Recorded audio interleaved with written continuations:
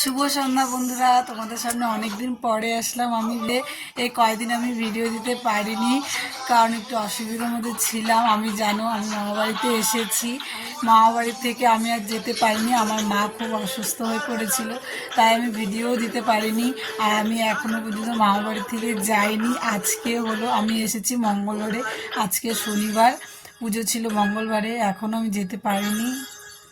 মা একটু অসুস্থ, তাই মা একটু সুস্থ হলে তারপরে যাব। এখন বসে আছি, কেউ নেই সেরকম। মামি, দিদা, মা সবাই ওই ঘরে, আমরা এই ঘরে বসে আছি।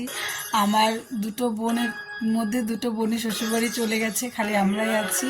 এই যে দেখুন আমার ছেলের অবস্থা, এই যে এখানে এই যে কার্টুন দেখছে ওর মামের মোবাইল দিয়ে। আর মামকে এই যে মামকে ও মোবাইল দিবে না, এখানে শুয়ে আছে আর ও কার্টুন দেখছে।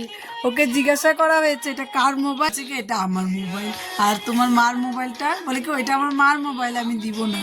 আর মাম এখানে শুয়ে আছে, মাম বলছে কি দে না একটু দেখি, আর বলছে কি আমি দিব না। দুজনের মধ্যে অনেক ঝগড়া হচ্ছে, সেটাই দেখছি বসে বসে। কি কার্টুন দেখছে। ও আমার ছেলে কিন্তু এতটা কার্টুন ও দেখে না, আমি ওকে বাড়িতে দেই না। এখানে এসে এই যে এতটা কার্টুন দেখছে, সবার আদরের ভাইগনা বলে কথা, চেলে সবাই মোবাইল দিয়ে দিচ্ছে। তাই বাড়ি যাই, তারপরে মোবাইল সব বন্ধ হয়ে যায়।